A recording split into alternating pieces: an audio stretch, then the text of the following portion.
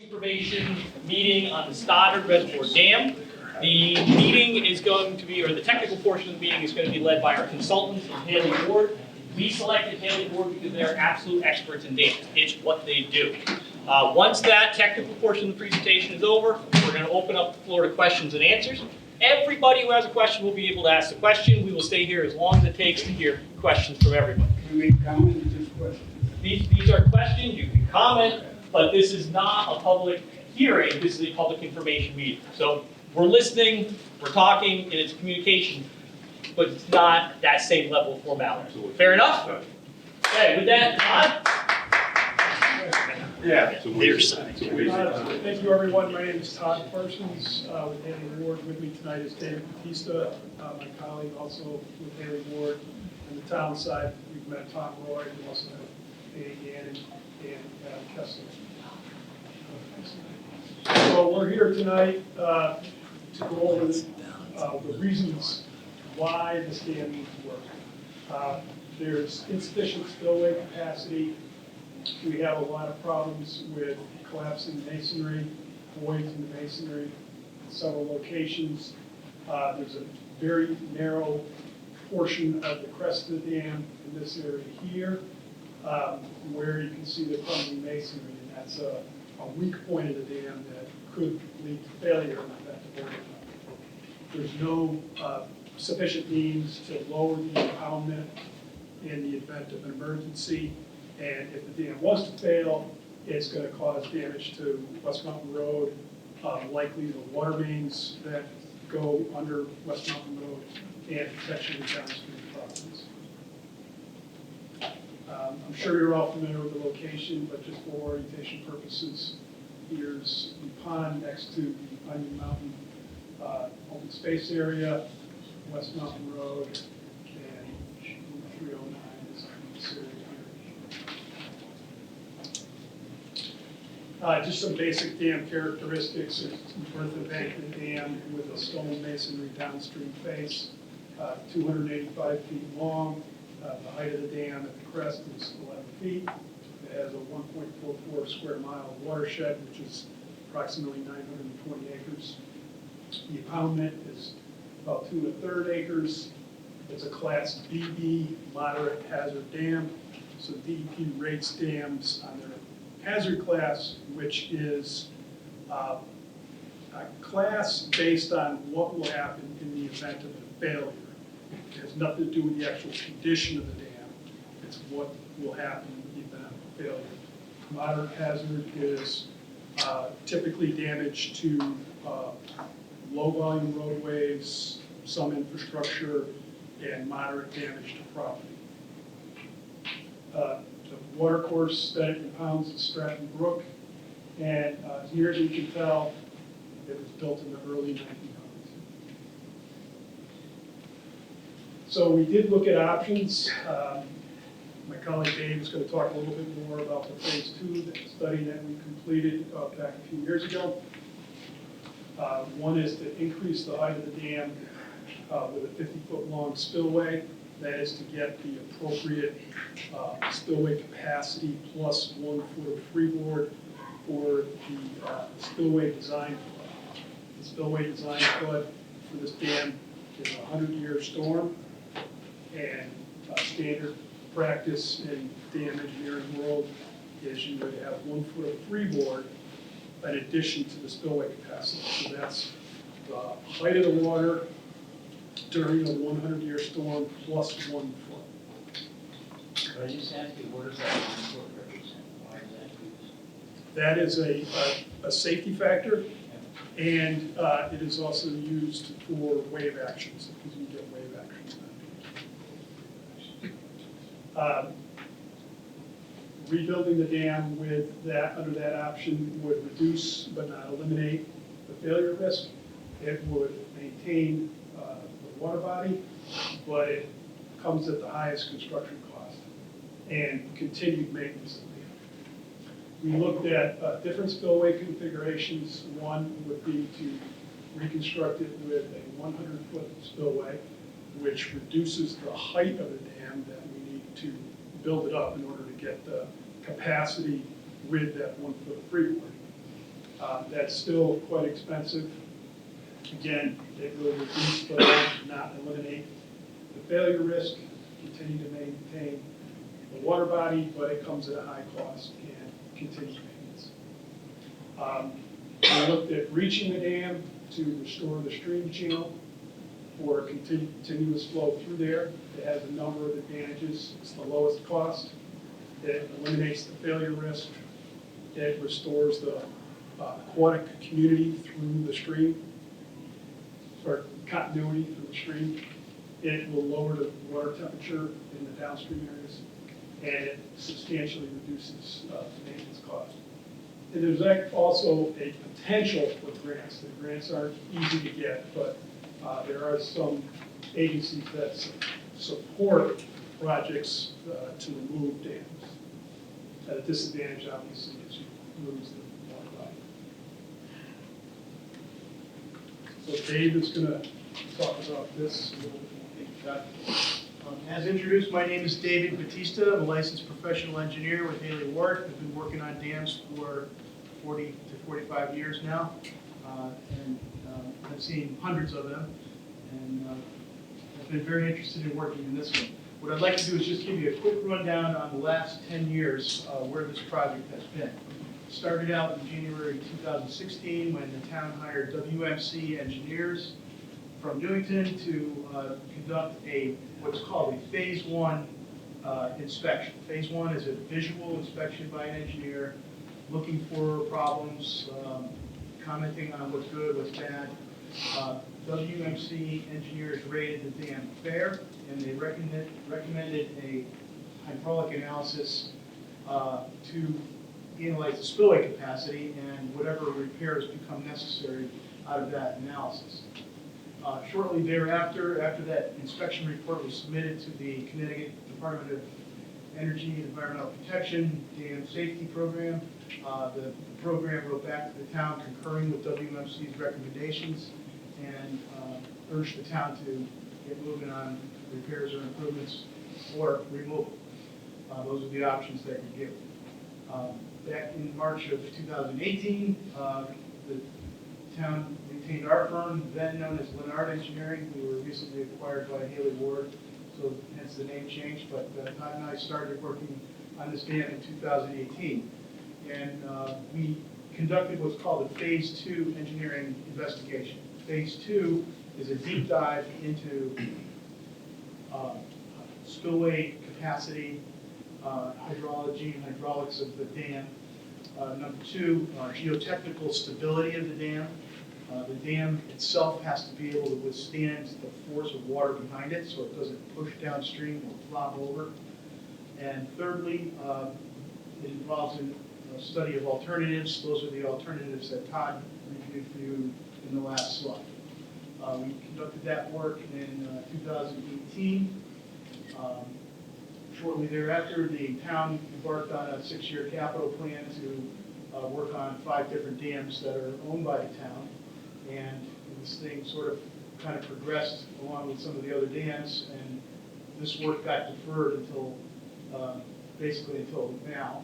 I guess in 2021, the engineering department presented to the board of selectmen to discuss all the dams and everything, and they ended up, programming this one for the time that we're in now. In 2023, we had to re-inspect the dam. Class BB, moderate hazard dams, have to be inspected every 7 years by state law.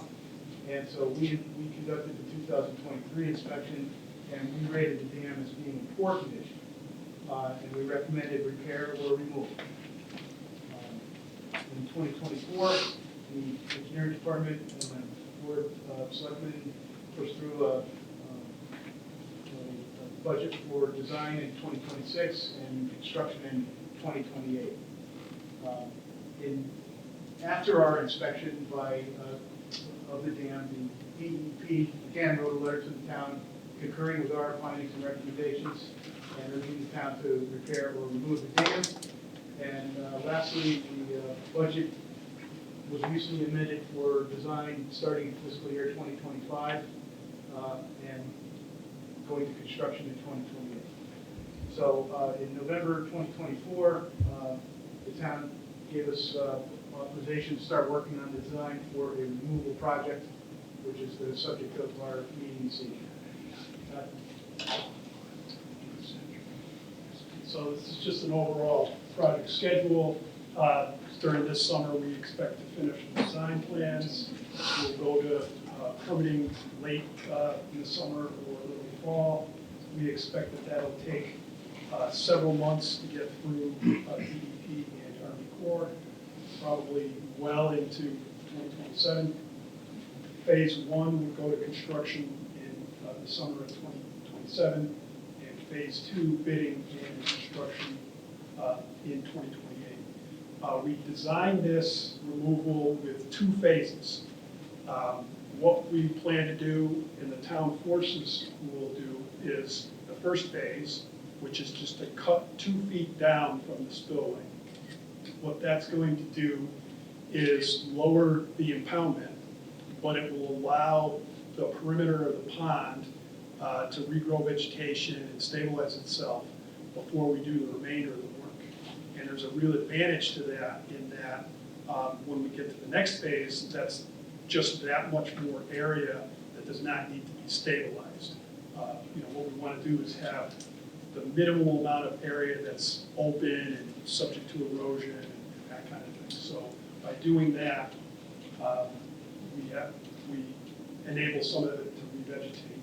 Ideally, we could do this in multiple stages, more than 2, but this dam just doesn't really lend itself to lowering the spillway into the stone masonry part because it would be subject to coming apart. And what that first phase does is it will allow approximately half of the dam or pond to be exposed. So half of the what is now open water would be exposed and then stabilized. This is an image of the plan. So right now, what's in the light green is the approximate pond limits. And after construction, we'll have a stream going through there with a few spots where we put boulder weirs and a couple spots where we'll put some root wads. Those are recommendations from the DEP fisheries people. And what's in the light green will all become just vegetated after that. How wide is that proposed stream? It varies. There's a very narrow channel at the bottom. It's a low flow channel that's like 2 feet wide, and then it gets to like 14 feet, and then it gets a little bit bigger. As it goes towards the mountain, it gets bigger? No, as you look at the cross section of it, it's very narrow in the center, and then there's like a little shelf, a little wider, and then a little wider. In dry seasons, that stream gets almost dried up. Yet that's why we have a very small, low flow channel in the bottom. You can go to the next slide. So this is where we are in terms of just correspondence with the regulatory agencies so far. We had a pre-application meeting with the DEP back in February of 2025. We had a Army Corps pre-application meeting in March of this year. We submitted to the DEP fisheries for consultation, which is required on dam projects. And we completed that with them in September of 2025. They are in favor of the project and removing the dam. And as I said earlier, they gave us certain recommendations for some enhancement, the stone boulders and root wads, which we incorporated into the project. We did consult with the Historic Preservation Office of the state of Connecticut, and that was completed in April of this year. Can I just ask you one thing? I thought that they were involved in like buildings and preservation, not dams. They're involved obviously with dams. Yes, sir. Any project that requires going through the Army Corps must comply with certain environmental statutes, which include a historic review, and that review is done through the State Historic Preservation Office. So, Have you done an environmental impact study?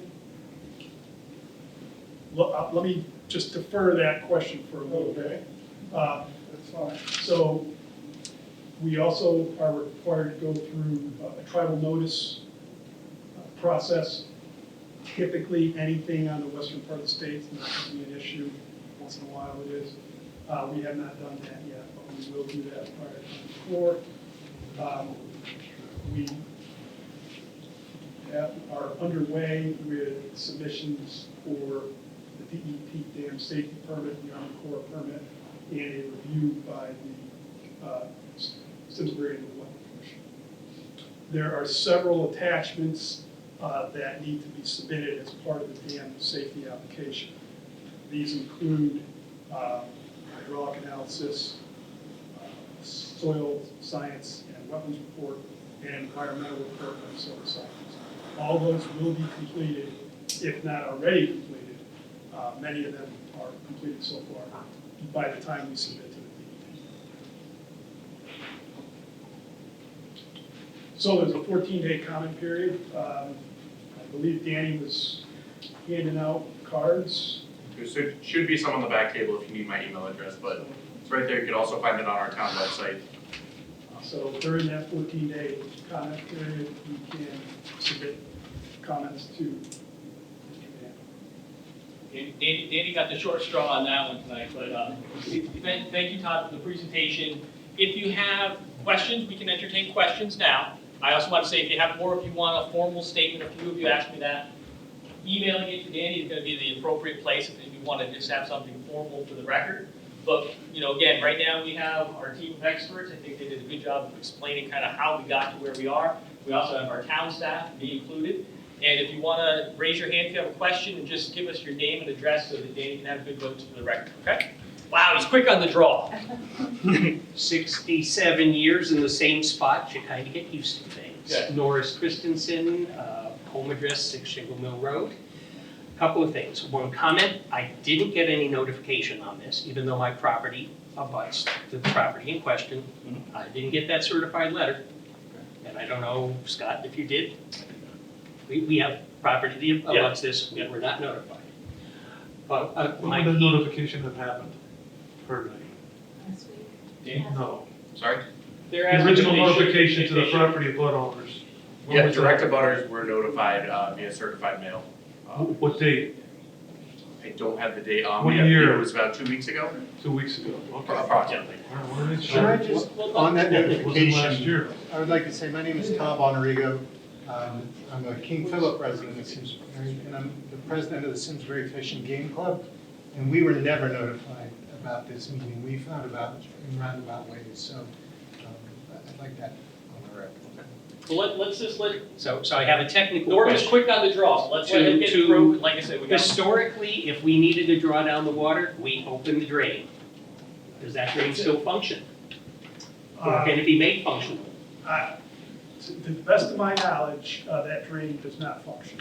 It does And it's function. not been, It functions. well, I've been told that the key was lost or something. Come on, we can get a plumber to come in and open it, drain it. I was president for 10 years, and we drained We drained it the every pond. 3 years. We drained the pond. Every 3 years, we drained that pond, okay? And it turns into the stream, and the stream virtually never dried up. You could go out and drain it now. How As a long matter will of it take fact, to drain? Do you know how long it takes to drain? overnight. Quick. Yeah, there's not as much water in there as you anticipate. It's only about 15 feet deep. Yeah, it's so silted in. The volume of water is depleted dramatically from 20 years ago. And if you look at the breast and the surface, that thing runs out at a tremendous taper, okay? The fly fishermen who are here that wade can tell you that. There's some soft stuff out there, so be cautious. But yes, we could drain that dam And I don't want to speak for the president of the club, because I'm no longer the president, but I would suggest we drain the dam, okay? And once the dam is drained, we all work together and go get a grant from the state to replace the dam because of the environmental loss that Simsbury loses. And I will just address, and I don't want to take up everybody's time. There's numerous members of our club are elderly people. They come over there, they park a chair, and they sit and fish and enjoy themselves at night. Okay? That's a real plus for the community. The Simsbury is growing, building condominiums dramatically, and if you look at the population of a condominium, a high percentage is elderly people, okay? And we can increase our membership and give them a place to go and enjoy the beautiful setting. That environment has all kind of aquatic life. The birds are incredible, and the deer and the bear, they walk and swim in the reservoir. There's turtles in there that are 18, 20 inches in diameter, and draining the reservoir never affected them. And we leave it drained for how long, Ray? We drain it in October and fill it maybe 4 weeks before the April opening of fishing season.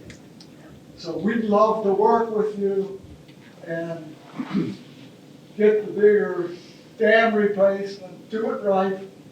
We will write letters to whatever we can to get the state to fund this, because this is an unfunded mandate, okay? Correct? Simsbury's paying for it. Let me just say that the situation that the town is in with this dam is not unique to this dam. This No, we realize that. situation happens all over the state with publicly owned dams and privately owned dams where the owners are obligated to do the repairs. And I am not aware of any state money available to fix those dams. Well, just walk over to Bloomfield and look at what they did. Unless it's a water supply, active It's water not, it's a supply. pond in the middle of town. Recreation.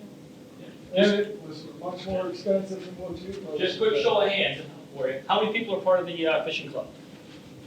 Wow. All right. Just making sure we understand our representation. My parents used to fish there many years ago. My father did. My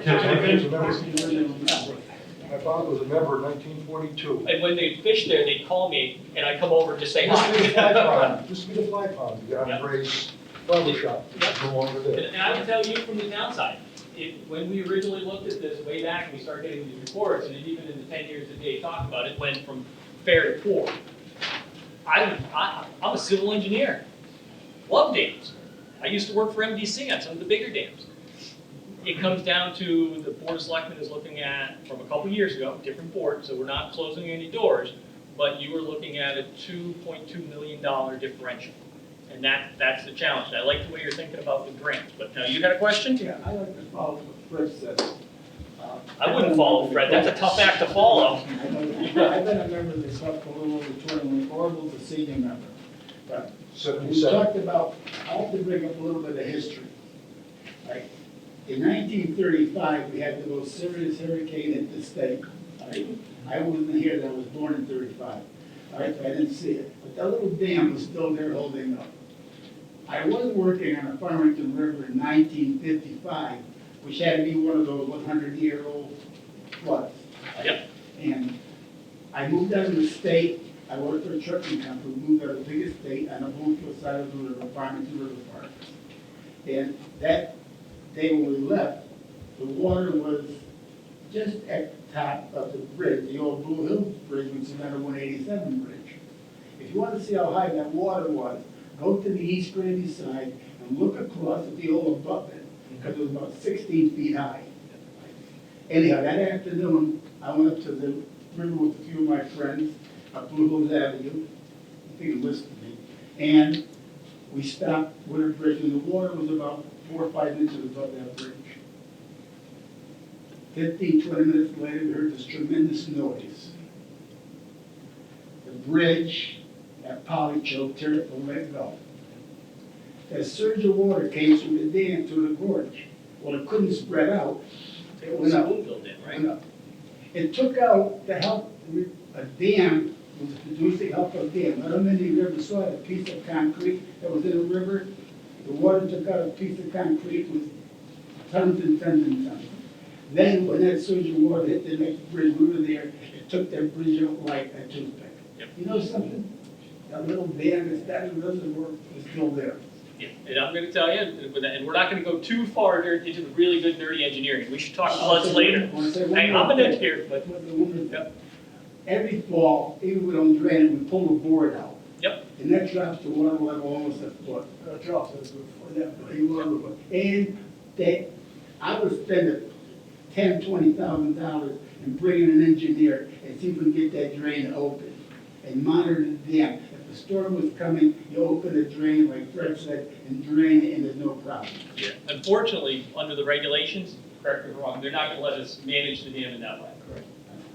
I suggest you drain the dam, let the stream run, let the dam exist there Yeah. until we get the grant. Yeah, and I'll let maybe Dave talk to it. When he talked about like the spillway capacity, that's where it needs to convey that 100-year flood. And the 100-year flood, you brought up a real good point. The flood of '55 was the biggest flood the town's ever seen in the Farmington River. Right. But shorter, high-intensity storms like we had in '21, you remember we had the remnants of Henri and all that? That could actually be worse for a dam like this, where it has that smaller impound. Well, could you touch on the capacity of the spillway and how it? Well, yes, that's a fundamental requirement of any dam, is to have adequate spillway capacity. Right now, Stoddard Reservoir Dam does not have adequate spillway capacity to pass a 100-year flood. It apparently overtops relatively frequently Yes. compared It to other does. dams. I've And overtopping is a very dangerous thing for dams, especially earthen dams. They can erode and create a channel for water to flow the dam apart. Stone wall dams can fail one stone at a time, and if you have a stone fall off the top, it opens up a small channel, that sends the water rushing. So overtopping is not tolerated in the dam safety world in any state in the United States. But the only way to prevent the overtopping would be to build either the 50 or 100-foot additional height on top of the dam. Right, to get spillway capacity, you need length of spillway and height of embankment to pass the water. You have that calculated into the $3 million price, Yes. correct? Yes. Okay, Yes. so that's where the grant has to come in. Right, and so, managing a dam, draining it and leaving it there for posterity in case somebody wants to fix it in the future, leaving it in a drained condition is also not accepted. If that dam were about to fail, this state would make you drain it and then do something quickly to alleviate the problem. But what they don't want to happen is a big storm like Irene or Sandy to come in, and it would fill up the impoundment. Like you said, there's not much volume left anymore. It would fill that up quickly, and all of a sudden you have a dam tank with a flood. I'm getting a little, my hand's getting tired. I got a couple questions. All right, we're It was taking interesting. everybody, Richard. Come on up. My name's Richard Durr. I live at 76 Hedgehog Lane. I've only been there a little while, 50 years. And I drive by this dam all the time. And it's part of the reasons that we moved to Simsbury, raised our kids here, because it's part of the rural farmland, picturesque. And the whole idea of demolishing this dam is disturbing, and it's not the way we normally do things in Simsbury. So I have a question about the construction, which interesting term you use, construction of taking it apart. You said you were going to lower it 2 feet. Now, if you were to lower it 1 foot in that process instead of 2 feet, and you said you were going to go ahead and let the vegetation kind of revitalize itself so it would have better control over the erosion and whatever's going to happen there, Can we have the dam retested after it's lowered? You know, we'll pay to have it lowered a foot, have it retested and see what needs to be done from a construction standpoint to have it, you know, reinforced at that point.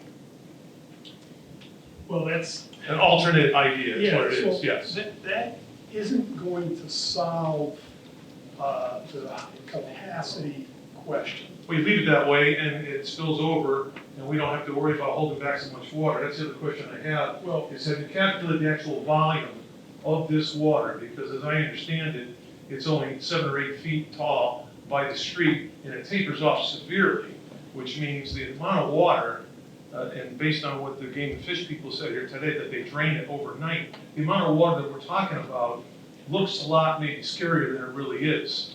But going back to my original question, why can't you lower it 1 foot and then have it rebuilt in that position or reinforced in that position, recertified and re-inspected as an alternate plan? Well, first of all, you could pull the board right now and it'll drop 8 inches. Right, but I'm talking about something more sophisticated from Let an me give him a engineering chance to answer, standpoint. okay? Yes, go ahead. Yeah, let me just say that we did talk, I remember talking to the town about an alternate where we would lower the spillway elevation, leave the crest where it is, but lower the spillway Right. elevation permanently to provide the freeboard. And I think the conclusion was that it would create an intolerable condition for the pond and the fish habitat. It's already shallow, and it would make it even more shallow and much smaller. Who would make the determination about the fish habitat? There would need to be a study based on lowering it a foot, and they'd have to analyze that capacity, volume, and wildlife, and then go ahead and report back with the facts as to what the impact would be, the negative impact, if any. Based on the fact that they drain it every 3 years, I'm not sure it's going to have a negative impact, but I'd love to have a wildlife, game, study of if we lower it a foot. it would, I hear what you're saying and I understand it, and it's an option. But there are a couple things to consider. That lowering it just 1 foot on a permanent basis is probably not gonna get you the spillway capacity that we need. It'd probably have to be something more than that if we were to keep the crest elevation where it Okay, is. I'm not saying the foot's a fixed number, I'm just saying it as a And concept. it will make the pond more shallower on a permanent basis, so the temperatures are gonna come up in the pond. So I'm not a fish expert, but, it's my understanding that the type of fish that would be in there would be sensitive to temperature, so Well, some dredging could be done. you don't wanna raise the temperature too much. I mean, it's done all the time down at the shore. Some dredging could be done to accommodate that. Richard, may I follow you with I consider an important statement here? Please. Norris Christensen, lifelong resident, Still or fifth generation, depending how you want to look at that. The oral history, most recently relayed to me, unfortunately, he's no longer with us, Waddy Filer, Wadsworth T. Filer II, was that the people whose land was taken eminent domain to build this property would get it back if there's no longer a reservoir. Have the opportunity, yes, that's correct. So if I have that opportunity and the dam is going to be removed, I'd like the opportunity to buy the land back at fair market value. And I've heard such a thing. I don't know where I've heard such a thing. And we said if we had some record of it, we'd give it to our town attorney and off we go. What was But I can't, go on just. Village Water Company. Village Oh, there's definitely a record of it. And one of the founders was the governor of Connecticut at the time, Mr. Gifford? McLean. Okay. Go ahead, sir. So, Hey, could you again, do just your name and address? Tom Bonarigo, King Philip Road. So I think the thing that confuses me a little bit is, first of all, I've never seen the 2023 study. The earlier studies were made available where it was just a fair rated dam. They talked about some improvements. It didn't say that it needed to be taken out. So there was no safety issue there. So, I apologize, it's going to be part comment, maybe multi-part question. So I'd like to know the impetus that something needs to be done of that major of a nature. It seems to me that you talk about the safety of the dam. I honestly don't know how much the town has done to maintain the dam. There's something in there about, it changes the maintenance costs. We've talked to the town about a little bit of overflow on the south side of the dam that has never been repaired. I've been here probably 6 years with the club. And then you get to the spillway part, which sounds like that's the current regulation for a dam. So an older dam that's been here, you don't make it come up to current standards. So do we really have a safety issue? Is it something that we can do some maintenance work to take care of? And are we putting extra requirements on this spillway for the added freeway? You want to start with that one, and I'll jump in on the maintenance, or? So there's always some judgment that goes into any kind of repair plan and how we get through the permitting. The 2016, I believe it was. That helps. Well, I just want to go back to like the inspection report that WEC did, which is the one from 10 years ago. That recognized that the spillway capacity was likely inadequate, called for a hydrologic and hydraulic analysis to determine that, and then suggested that the repairs would be based on that issue, how that issue was resolved. Our subsequent report in 2023, which was based on the fact that we had done hydrology and hydraulic analysis and determined that, yes, in fact, the spillway is deficient, we reacted to that. And so in order to do a spillway, to rebuild and create the sufficient spillway capacity, the DEP will make us come up to current standards. It just doesn't make sense to spend a lot of money to do repair work, but not. Is that whether it's privately owned or publicly owned? It doesn't matter. It makes no You're difference. absolutely correct. It doesn't matter. They're gonna hold a private owner or a public owner to the same standard with that regard. And it's a liability issue. I mean, the town should want to do the repair or removal in a correct way. They should not say, well, just because the dam's been there, it's probably okay, so we're not gonna worry about it kind of thing. I mean, I think that would be inappropriate for the town. When they're going forward with a project, it makes sense for them to do it. Right, but I guess I'm a little confused by that, because if the town is repairing a dam, or I'm repairing my house, I don't have to come up to current standards, and that's what you're saying here. So I think the town, I guess that's where, I think as the fishing group, we get a little lost, like, why can't we maintain and fix what's there and keep it, and not have to go to that higher standard? Let me see if I can help with it. It's one of those things, we certainly in-house don't have the experience or expertise to fix a dam like this. And it's like anything, that you can keep fixing it up to a certain point, but when you start looking at, okay, we gotta get a bigger spillway, okay, that comes into the significant design, and how are we gonna do that to convey that 100-year flow? You can already see the big gaps between the stones. And yes, we haven't seen a failure yet, but I know I've seen it, we've all seen the water spilling over, and as Dave mentioned, you start getting that erosion. And these are all long-term problems we can't fix. And although if it was a house and you're updating your kitchen, you don't have to bring everything up to full code. Dams are a different set of rules and regulations because they're a different set of hazards. And the town has to do it right. We can't not follow current standards. And that's why we hired the experts. Back to rules. I appreciate it, Richard, No, there's been it's some okay, other people that's over fine. here, so let's I just won't put forget. that. I know, we are here until everybody is tired of asking questions. Okay.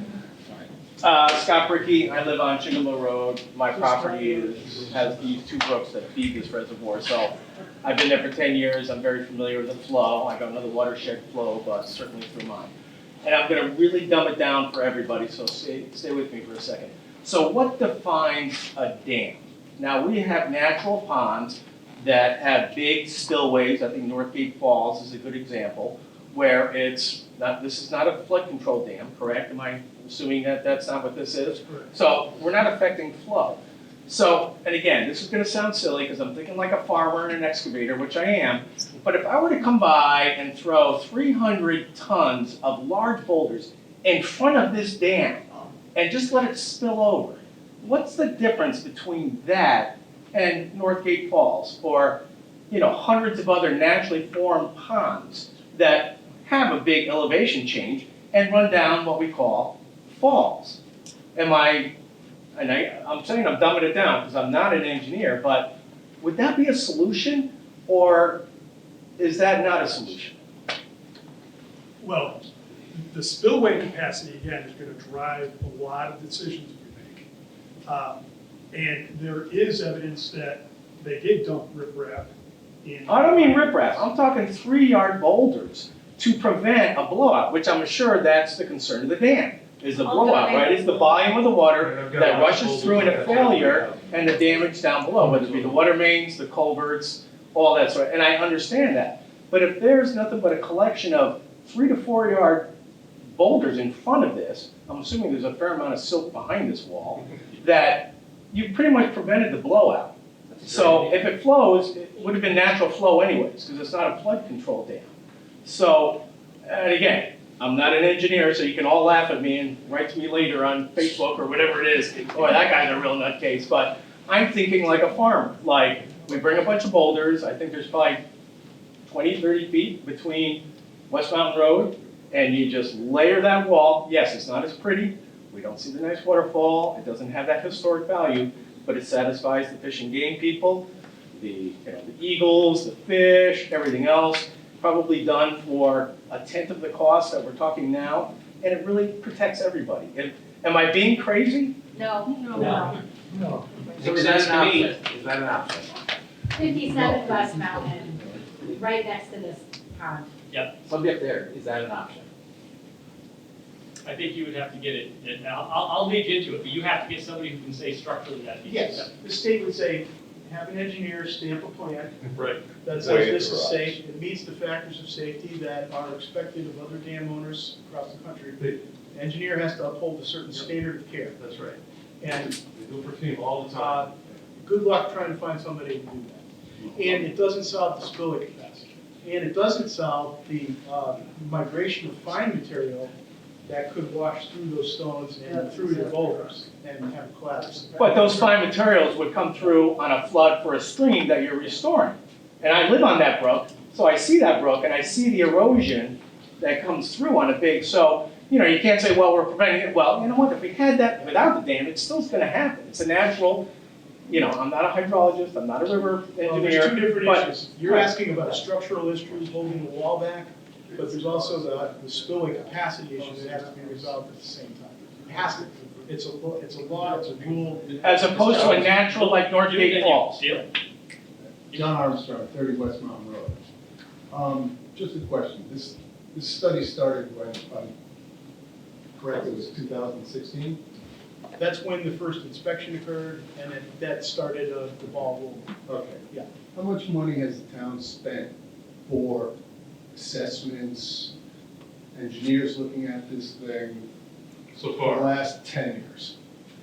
for the last 10 years, I believe we've spent somewhere to the tune of between inspections and the work to date, close to $200,000.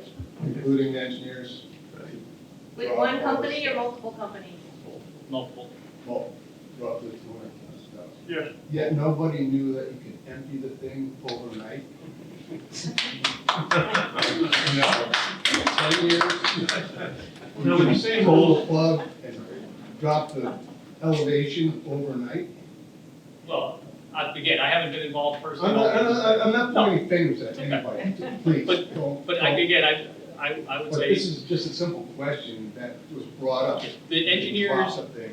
when they go out there are not permitted to operate the dam, so. I agree. Yeah, But they didn't know that because we're talking about cutting 2 feet off the top of the dam. Nobody, they were saying you drop, Yeah, that's it. you know, every 3 years.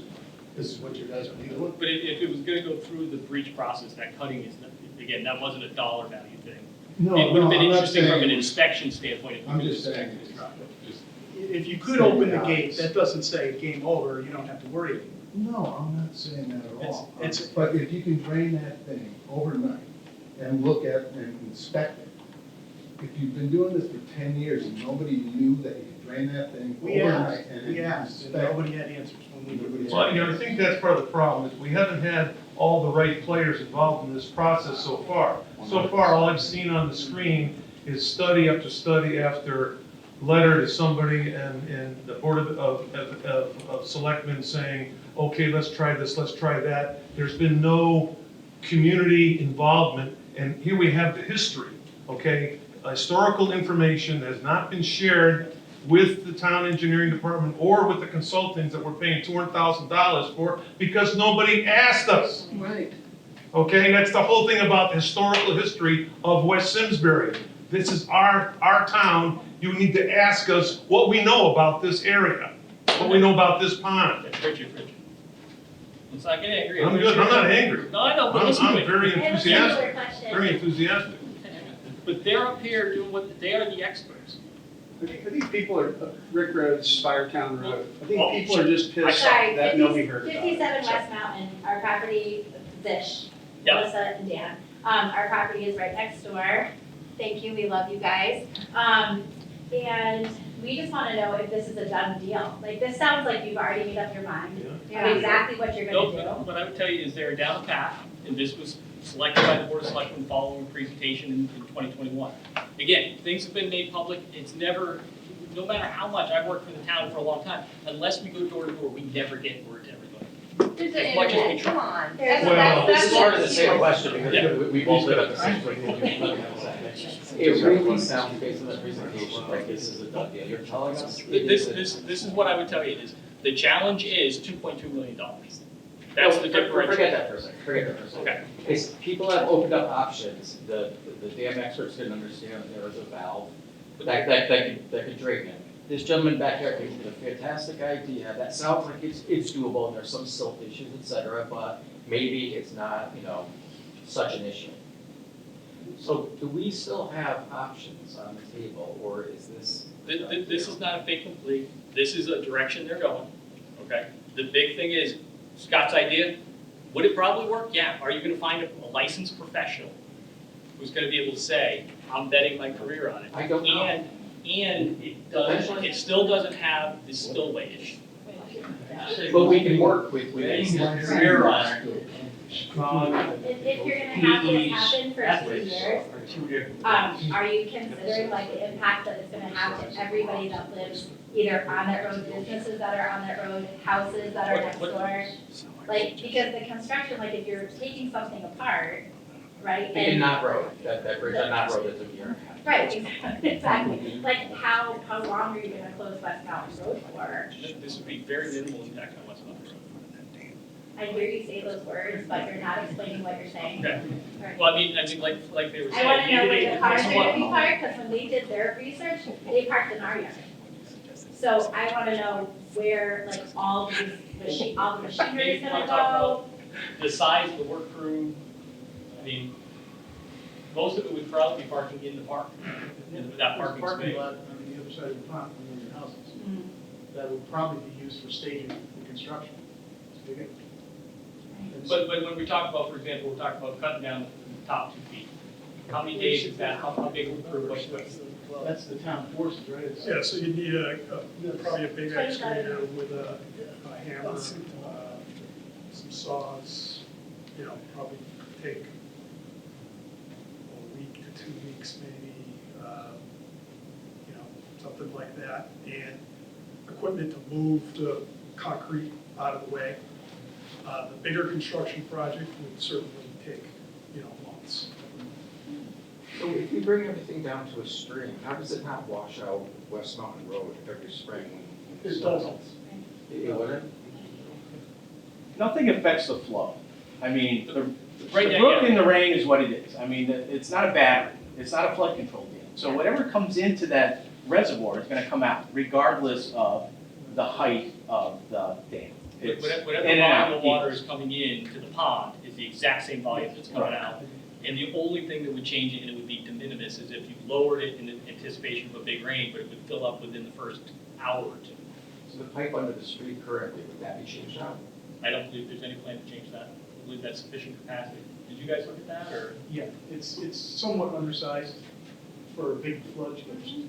But It doesn't only need to be replaced in order to affect. That would only need to be a 25 inch. And when, and when is So we're guaranteeing that that's not going to change, is that what I'm hearing? That it doesn't need to change? You're telling me Nothing it's in not our going to plans change. to change that culvert. And At then- some point, it's gonna get changed when it's reached its when end in of its your, life. when in your plan is their environmental impact study? When is that gonna happen? We will have that completed by the time we are ready to submit for applications, which would be late this summer or possibly. So you wouldn't have to do those applications if the study comes back and says that the environmental impact is gonna be greater than anything would need to fix this the way it should be. Well, I'd like to yield my time to the young man over here, please. Let me do this. It was 1, 2, 3. Deal? You're up. I was just gonna comment, I came here in 2015, Ricky Roads on 117 Firetown Road. And I've not heard anything about this. Obviously, I've been going to every town council meeting and waiting to hear about the dam. Yeah. But it sounds like nobody's heard about this, where it's reached the level of, hey, here's our plan to get rid of it. And then I think it's got the most people pissed off. Yeah, And it's not their fault. They're paid to provide the solution or whatever the resolution is. So this is a political issue as much as anything else. Our politicians have let us down, I would say. And the fact that this is happening in this order, which is like you said, it sounds like it's a done deal, is probably the thing that's the biggest issue. That needs to be addressed. Yeah, and Fairly that's where, quickly. again, everybody can, point to the internet, point to this. I can tell you, I worked for the town for a long time, and we always do our best to get it out, and we always miss. And again, I'm not gonna tell you you should read the minutes from the Board of Selectmen every other week. I don't even do that, don't tell anybody, okay? It's not always exciting.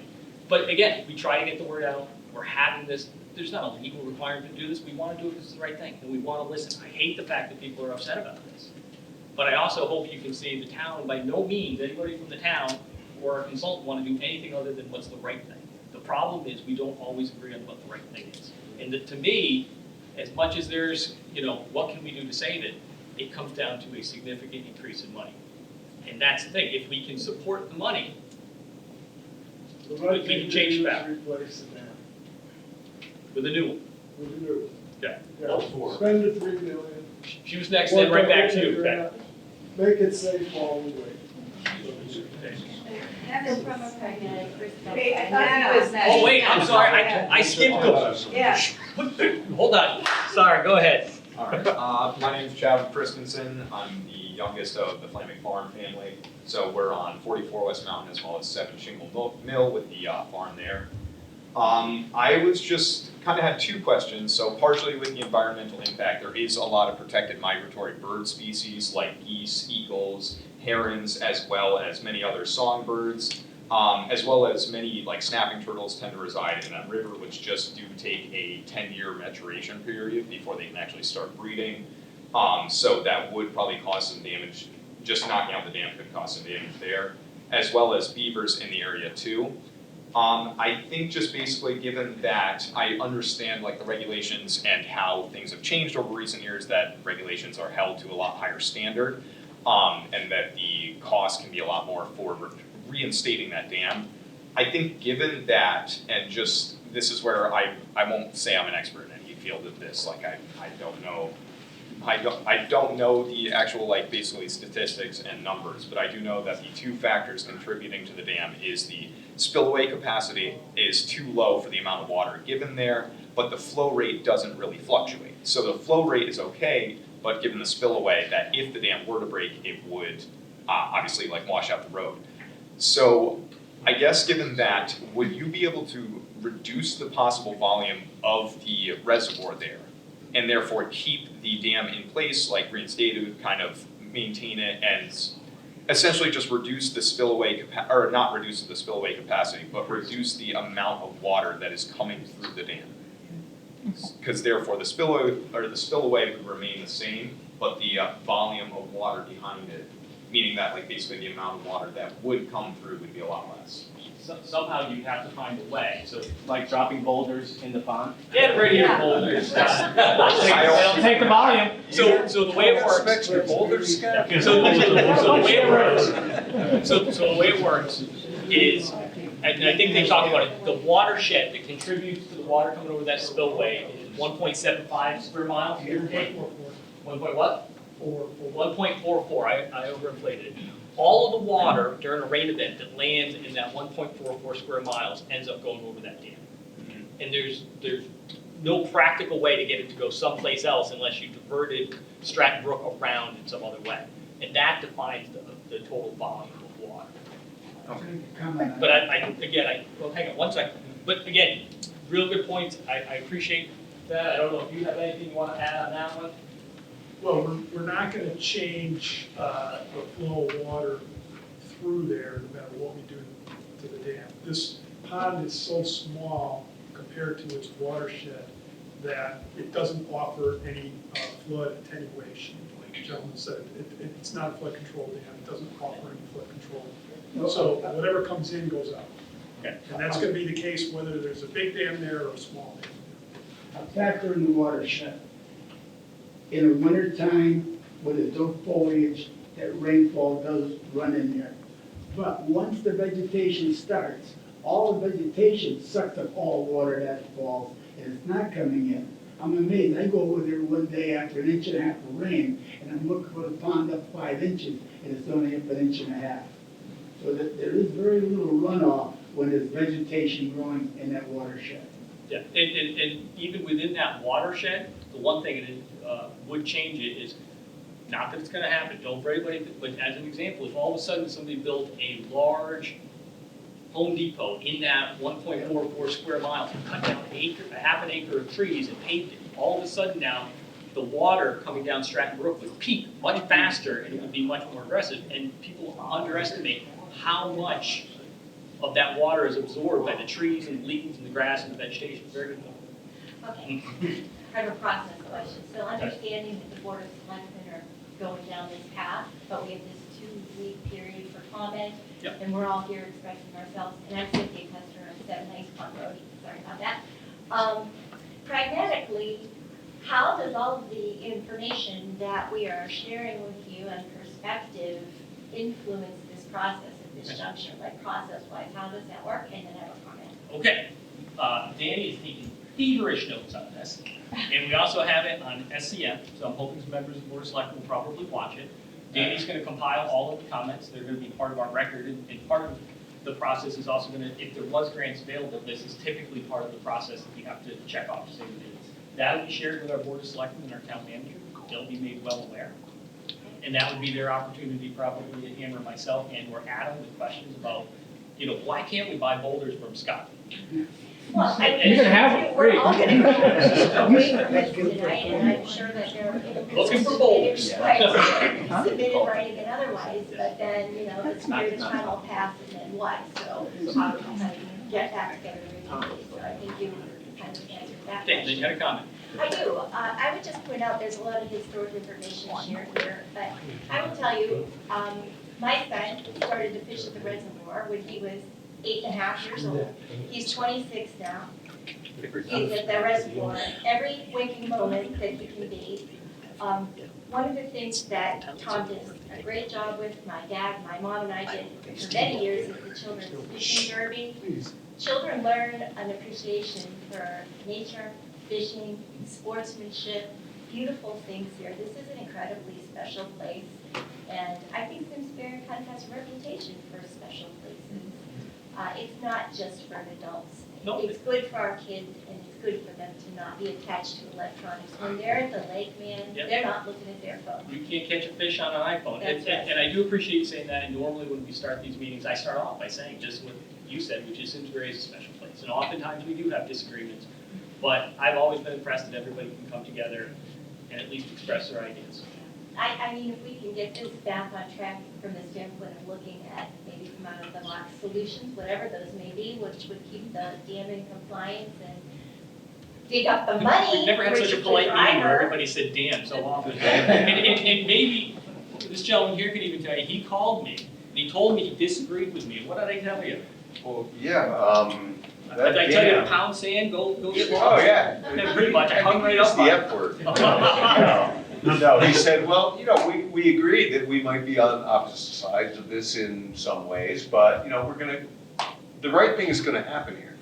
But I learned that dam, the dam was repaired oftentimes by farmers who, you know how farmers work, they do things really fast and they wanna just get it done, make it work and get home for dinner. We're good engineers. So, I have to, I'm kinda getting to the point where, yeah, let's pile some boulders, let's come in with a jackhammer, take 2 feet off, or a foot, or however much off the top of that dam we have to do. Pour a nice smooth spillway, 100 feet, 200 feet, whatever it is, and get on with it. But that's an old farmer repair, and I know it's not that simple. Well, it's funny because I have a foot in both camps.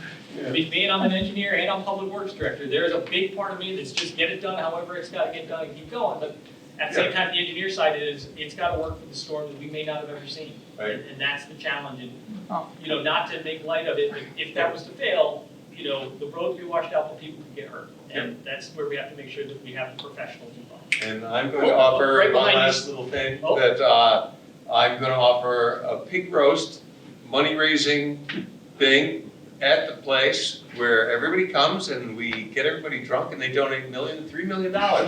Piece of cake. Hey.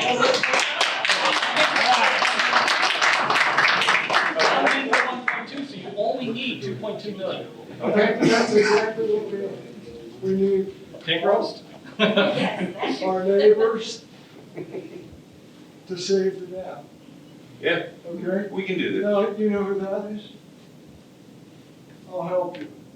One time she Yeah. was your boss. Yes. Maria. And that's her daughter Charlotte at the fishing derby Yeah. years ago. Yeah, like I told you, my dad used to fish there. Sorry. So we've seen lots of these slides, by the way. Oh, I'm farmer Julie from Flaming Farm. I'm with all of them.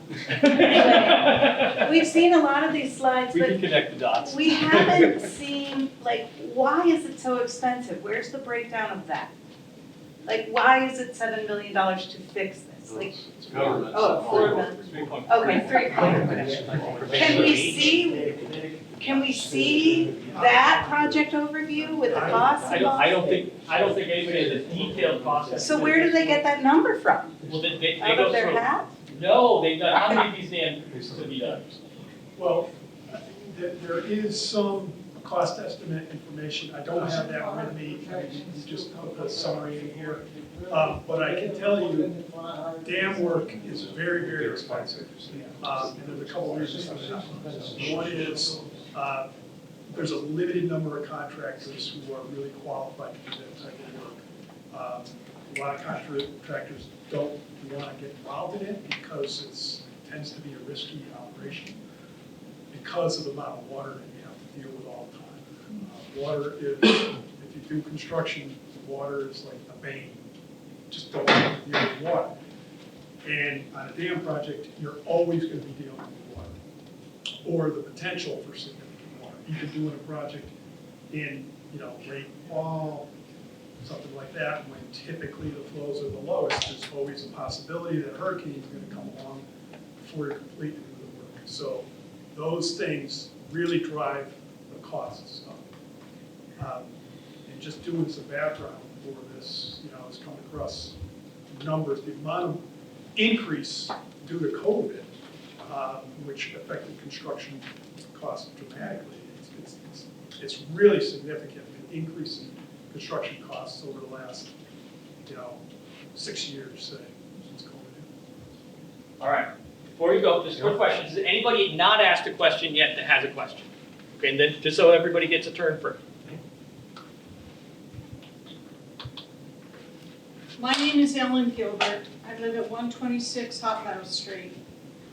I retired a few years ago, and ever since then, I've gone to probably 90% of the Board of Selectmen meetings, conservation and wetlands, the zoning board meetings. I read the agendas.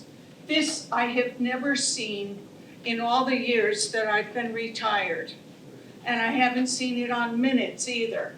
So I can appreciate that the neighbors are dumbfounded that this is sounding like a done deal. I also can say that going to Conservation and Wetlands Commission meetings, there is so much involved. And you know, the ecological study on what will happen after you take down this reservoir. Do you know what McLean just went through to want to build 40 or 20 duplexes? And they had to change everything around because of the box turtle. This is much more than a box turtle. And I think that as a town of Simsbury, and I've lived here since '92, that as a community, we should have a lot more say about this and about other things. I'm fighting 689 rentals being proposed at 200 Hot Meadow Street, where the Hartford Insurance Company was. That's my back door. And they want to put 689 apartments. This is Simsbury. And so many people in Simsbury don't know what's going on. They don't pay attention to what is going on with the Board of Selectmen, who have sort of some of them prefer to see more development than others. And if we don't have people to stand up and say no, it's going to get done. And the Wetlands Committee, right now, they are up against the wall. We have a public hearing this Tuesday night at 6 o'clock in this building. And it's probably going to be our last public hearing. We need people to stand up. And I love the idea of a fundraiser picnic. Maybe Simsbury can do this, because this is such a beautiful thing. Come on, let's, and let's not just have the people in this room. This is fantastic, but talk to everybody. On Wednesdays, I go to the senior center for lunch. And I tell everybody what I hear at the meetings to try to get more seniors aware. Otherwise, we are going to lose what we adore. How long will we have to raise the funds? Like, what's our time frame that we have to have this happen? No, there's no set time frame. Well, no, I need to have it on the record so we can get this. I am not authorized to give you that on the record. What I can tell you is, until we start issuing construction contracts, nothing has been done. This is a direction set actually by a previous Board of Selectmen. We're following through on that. There's always the option to change course. Could you send it out to all the members of the town to take a vote if they'd rather save the dam or get rid of it? That would not be something the town would do. Again, if you have concerns that reside with the Board of Selectmen, that's your best avenue. And again, this information will be shared with them. Okay? Does anybody not ask a question? Oh. This might be a silly question, but I'm looking at the thing for 2020, and there's 5 town-owned dams. Do we have to worry about the other 4 at some point? Yeah, the other 4 are all in different states of repair, but we've been there in better condition than Stoddard. There's actually the dam right behind us here at the library that we've done some work on in the last couple of years. So they've never put together a plan for the 4 other ones on top? No, there's plans, but they are not in the same condition. But do we have an idea of how much it's gonna cost? Yeah, we have it planned out in the capital improvement plan. Most of those are relative, $100,000 level repairs, not $1 million level repairs. And are they as important as this one is to get done so soon? Depends how you value important. I think this is important to the people in West Simsbury. I think the Well, I mean, library. if we can push those off and use those funds to put Yeah, this together, I don't think that Adam, would I make don't the think most there's anything logical sense. significant in capital budget for the other dams. No, not over the next 5 years. This was identified as a need just because of the condition of it, and that's where the focus was placed. For example, one of the dams, we had carried $125,000 to replace the bridge that went over the top of the dam. We were able to get that done by some college students, so you could argue that money can come back into this, but again, that was $125,000, it wasn't significant repairs. And Tom, you helped with that, right? I did. Volunteer thing? I did. No, that wasn't your bridge? Who was? It was through CCSU, and I happen to have a connection But to CCSU. you happen to have a connection? What happens to the wildlife when you take away a dam? Well, you're gonna have a change in wildlife, so you're not gonna have fish, obviously.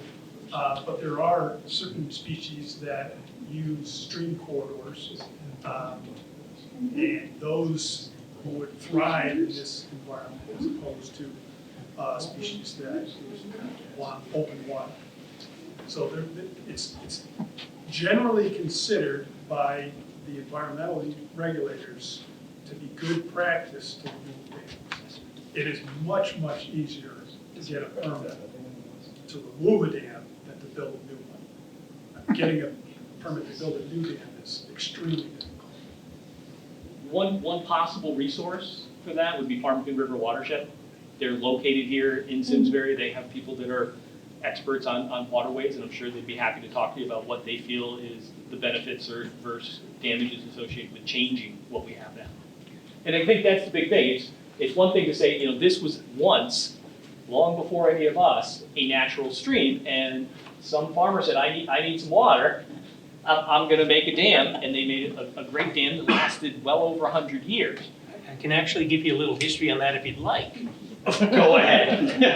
So, at the time, by an act of the legislature, when George P. McLean was governor of Connecticut, he and his rich buddies in Simsbury, named McLean and Ellsworth, as in the Ensign Bickford factory, and Whitehead and Ensign, and some guy named Pattison, who I haven't been able to figure out if he was the general store guy or not.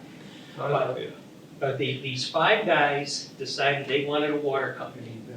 Primarily, my perspective on this during the reading, so that they could get water to downtown, and Ensign Bickford could now start building company housing.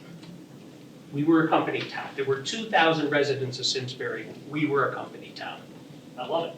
So there you have a little history, and about a similar time frame, slightly earlier, started the Simsbury Electric Company. One of the things I think, to me, that comes out of something like this, it would be valuable, because everybody has a little nook and a piece, and you have a bigger piece than everybody else, is to try to start getting this to either the Historical Society, and so that it doesn't get lost. It's really, I think it's fascinating. Catherine Hepburn skated there. With my mother. If only Shippo knew that. You're really gonna get rid of Catherine Hepburn skating? All right. I got a technical question. Donate a lot to the pig roast. It's gonna be good. All right, well, Murph hasn't had a question yet. You want to cut him off? Okay, Murph, make it quick. Okay, I understand one of the concerns is if you have a dam collapse, the box culvert is not big enough to handle the water. Is that true? That's true. It's 25 years? It's only a 25-year? I think that's roughly what it can handle. I don't have the exact number with me. There's kind of a funny thing where the dam is designed for 100 years, the culvert is typically designed for 25 years. That's not my understanding. Okay. It was 100-year, it was designed for a 100-year culvert when I put it in. Okay. So that shouldn't be an issue, right? I have a hydraulic analysis, I have it with me, and it shows a road over. No, that was a concern. If the dam collapses, the road would get washed out, correct? Yep, and you did that in about 2 days, didn't you? It In was 2 quick. days, yeah. Not the year and a half for the sake of the state projects these days. But anyways, the point being is, I don't think that's an issue, that the road would get washed out. If the dam collapsed, maybe it would. But I understood that culvert was good for a 100-year storm. Do you know how big it is off the top of your head? I haven't seen it in a long time. 6 foot tall, I think it's 6 by 10, 6 by 12, something like that. which is bigger than, yeah, that's bigger than the culverts that the Stratton Brook goes down, lower down, so. Okay, Richard? Okay, I think, I'd like to thank these guys for coming to the meeting, they've done a great job, and I don't think they were prepared for what we're experiencing, is like a mini town meeting, which is what I'm trying to get to, which is, we need to force a town meeting about this dam. We need to get on the agenda with the Board of Selectmen, perhaps on the agenda with the Wetlands Commission. We need to contact the Historical Society to see how long it's gonna take us to have this dam claimed a historical landmark. And that's the question I have for these two gentlemen, is if it's a historical landmark, what kind of laws apply with the state of Connecticut? Because I know we have one in Terriffill, the old mill. They were applying for it, I don't know if they got it or not, but there's a hydraulic dam down there, and they haven't made them rip that thing down. So I'd just like to know what happens with the historical status. Should we be doing that? Well, I mean, you guys will be out of a job, but that's okay. No, it might make us wealthier than we are now, because there's a lot more work. Okay, all right, you know. I have some experience in just what you're talking about. I worked for a municipality in Western Connecticut that owns a series of dams, and they were built in the 1890s. And as part of the review process that we talked about, going to the Army Corps and SHPO and everything, the historic nature of the dams got red flagged, and the State Historic Preservation Office mandated an archaeological or historical investigation of the whole thing.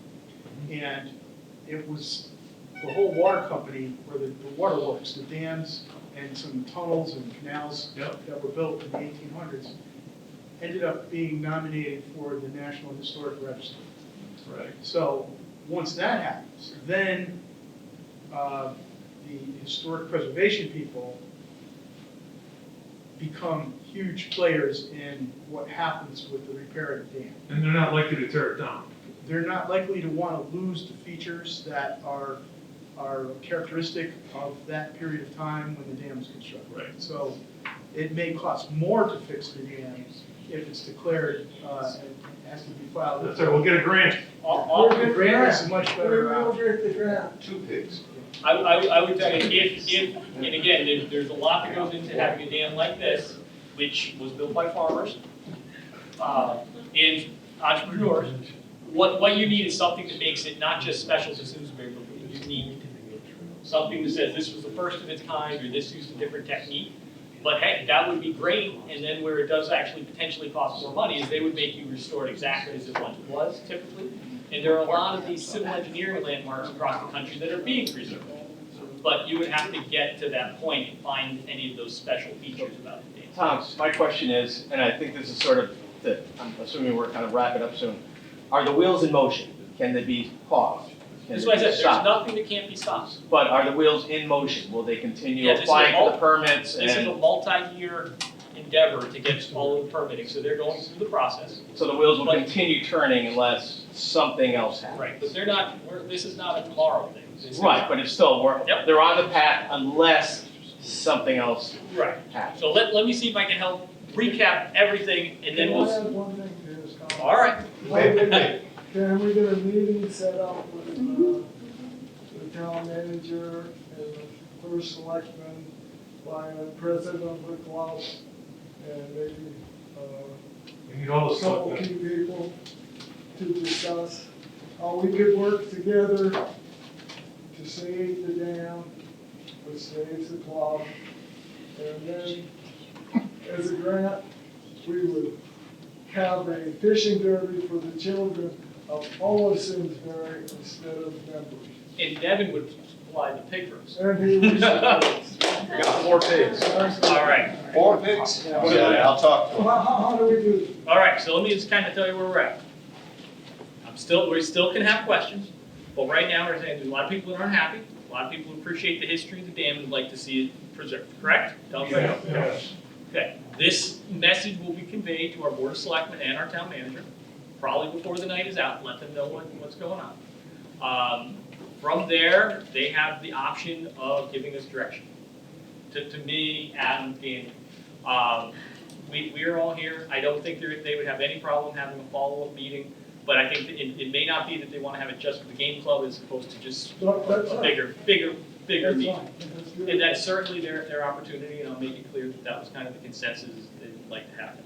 Nothing says that tomorrow we're crossing a line and we can't change directions.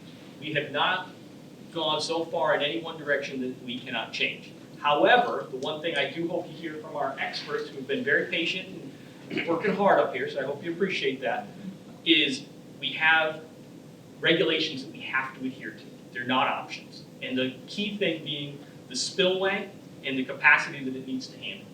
And I liked your idea that maybe the idea is a new dam. But that's kind of a summary of a lot of conversations. I'm not throwing out your Boulder one, Scott. and Scott and I go way back, so. All right, with that, if anybody has any more questions, I'm good to keep going. This one, then this one. Fair deal?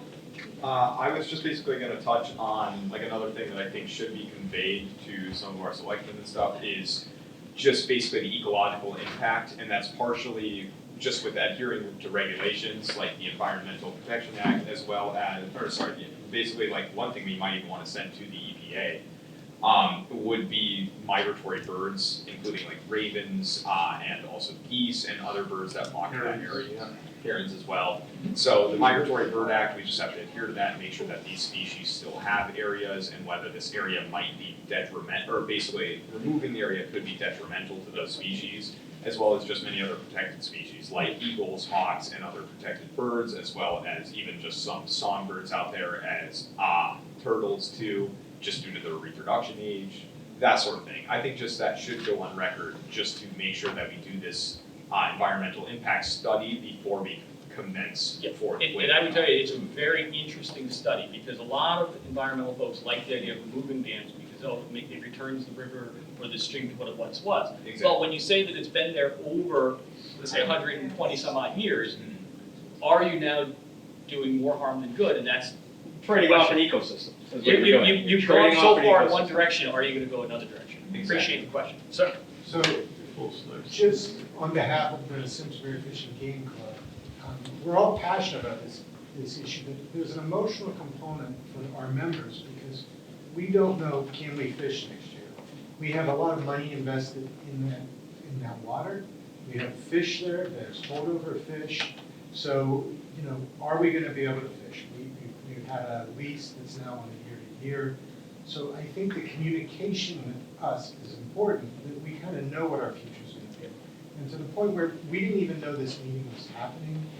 Tom Taberski's been good, we've been talking about, we knew it was on the horizon. I know, because I remember sitting in with back when Jeff Shea was still here, we sat down and talked, and we said, this is kind of the direction we're going. It's coming, but And as a leaseholder, whatever that really means in that context, we should be part of this partnership and for the future so that we can have expectations.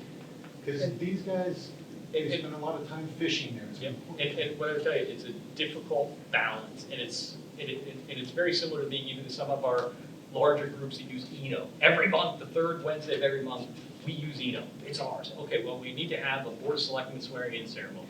Well, no, third Wednesday it's a balance of saying you are passionate about this pond versus this has a significant dollar value impact, and we have to balance those two things, which is never easy. So we've tried to be. The communication, and look, by default, I'm president of the club now, we have a small board of directors. There should be a standard communication with us at all possible. And my understanding of anything is the communication's been that next year is probably not a good year to plan on fishing there. But if something's changing. Well, they open it to the public. You said it's not a done deal, so I think they can plan on fishing next year. No, I would not say that.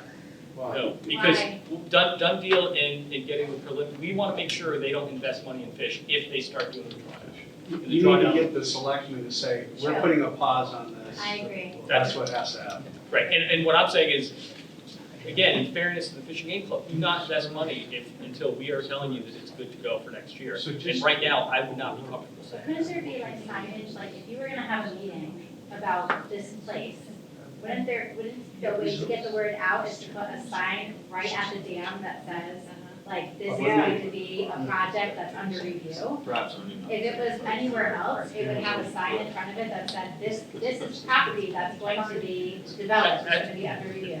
As I said, I was We cut not, down a big tree and put up a huge sign on the tree. two big signs. Right. So You were about to say it's back your responsibility. No, I didn't say that. No, what No, were you gonna say? No, I was not the one necessarily coordinating everything on the outreach on this, and again, I'll be the first to say, we could have done better, we always could do better. There is not a public meeting we've ever had that we could have advertised better, or that we wouldn't have wanted to advertise it. Can you promise to do better with this issue going forward? With anything, yeah, but I'll also say it's a, This issue, yes. yeah, I think perhaps Danny will take the sign-in sheet and he'll put out be able to put out an email blast. Danny's over there. Danny's the guy working hard. Thanks, Steve. Okay? Good penmanship, I Can't think. we put a big banner, save the damn dam? You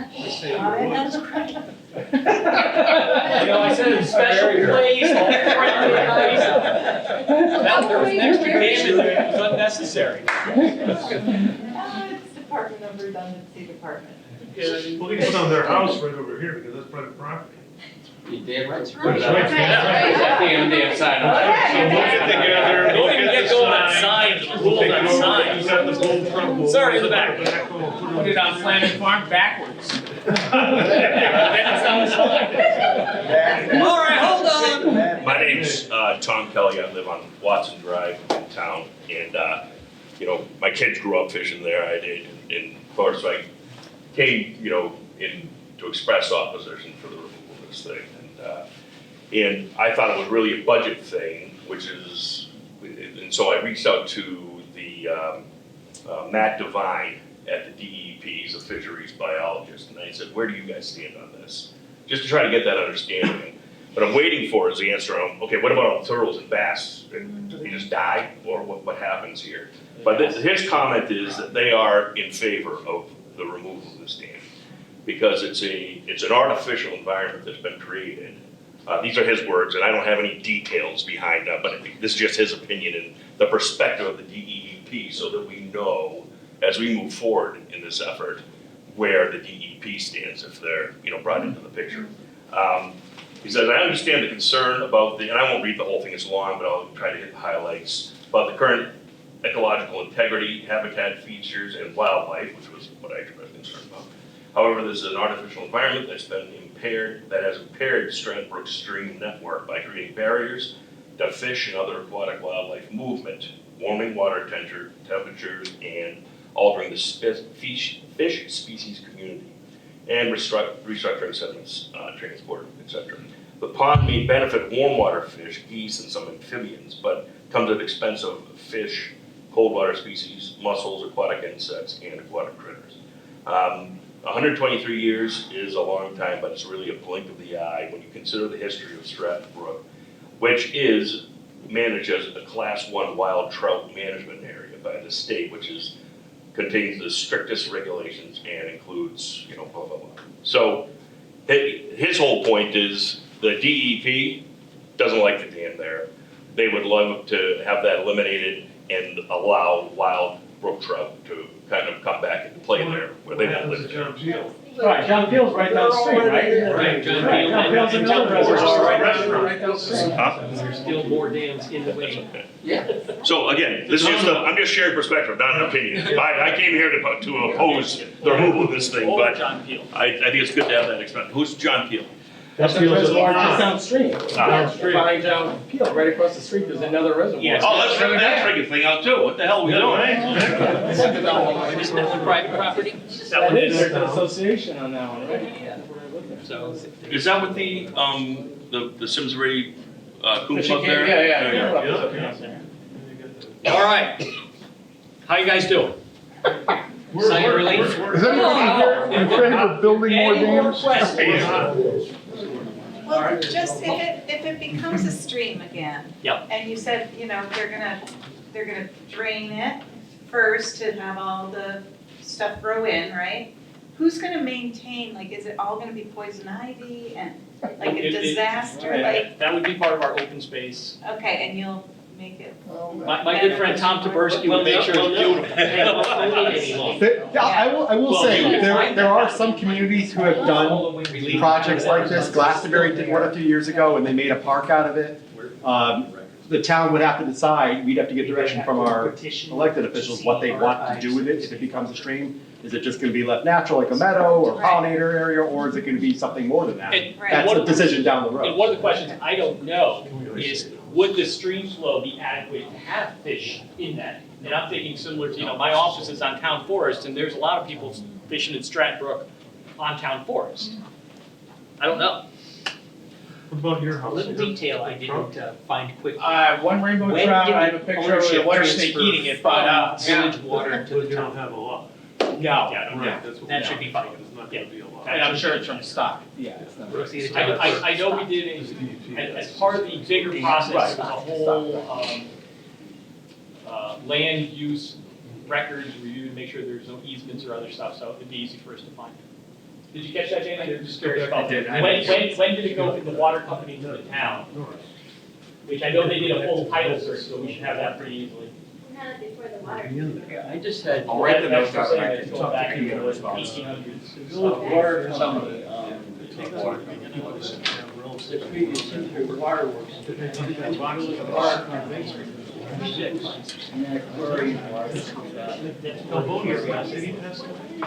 Are you saying, is that the He's talking about. He's the kind of guy, it's okay, he's the kind of guy that's love a phone call. That's